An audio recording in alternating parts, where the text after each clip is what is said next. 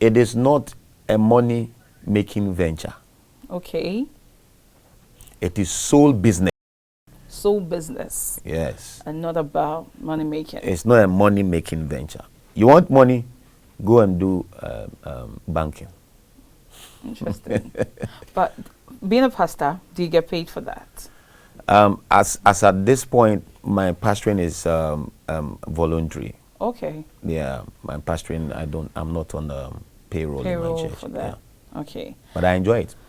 I know, right? I enjoy it. You're passionate about it. Yeah. And it's basically because I'm into a lot of things that, okay, that generate. To keep the revenue coming in. Yeah. And I don't want to be another another mouth for my church to be feeding.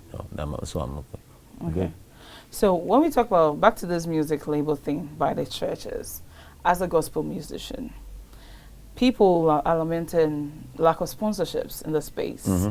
So you being a gospel musician, being a pastor, when you're having shows or concerts or events and you need sponsorship, do you agree that if the church is setting up labels and the church must rise up to the task of sponsoring its people? Because gospel music is music for the church. Yeah. Instead of them falling on corporate bodies, because people talk about the fact that why would maybe an alcoholic beverage company sponsor a gospel show?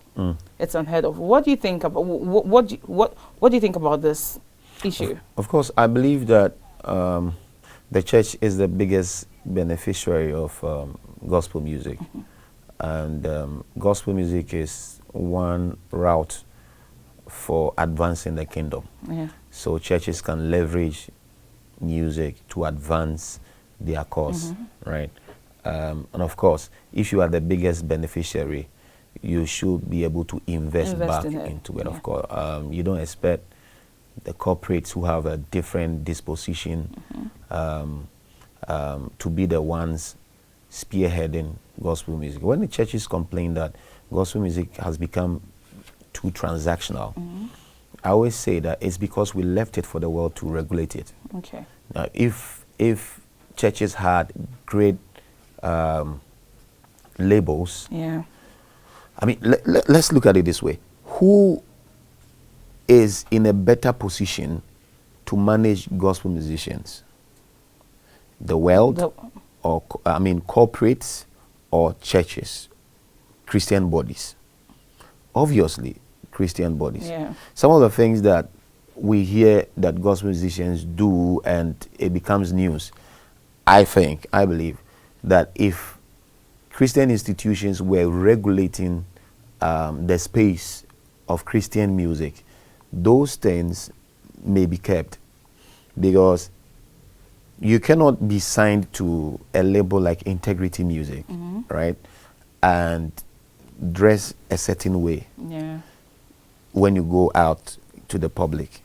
You can't talk a certain way when you go out in the public. You can't see you in certain places, because the label regulates the artists that they are managing, right? And how you are supposed to look, where you're supposed to appear, how you are supposed to engage the media. All of those things record labels regulate.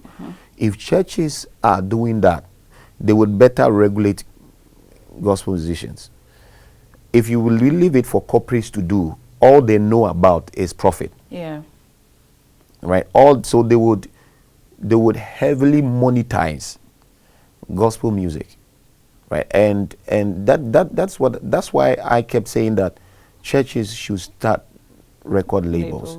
Because if we don't, there are other corporates who see that, gospel music is now a viable, really viable business.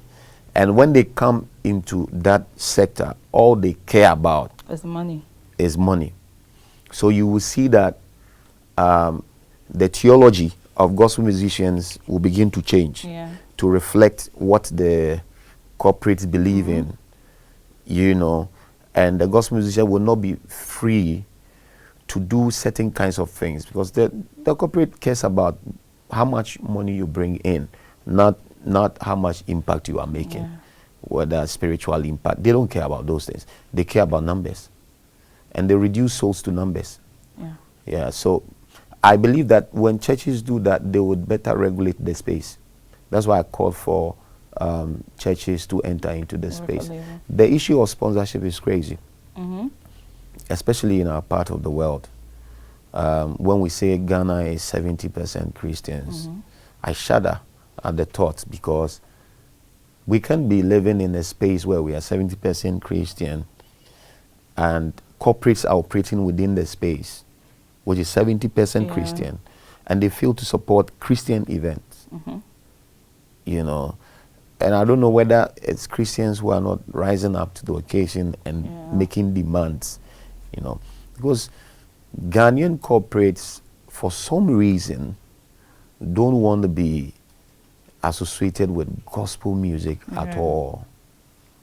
You know, but we are 70% Christian. I know, right?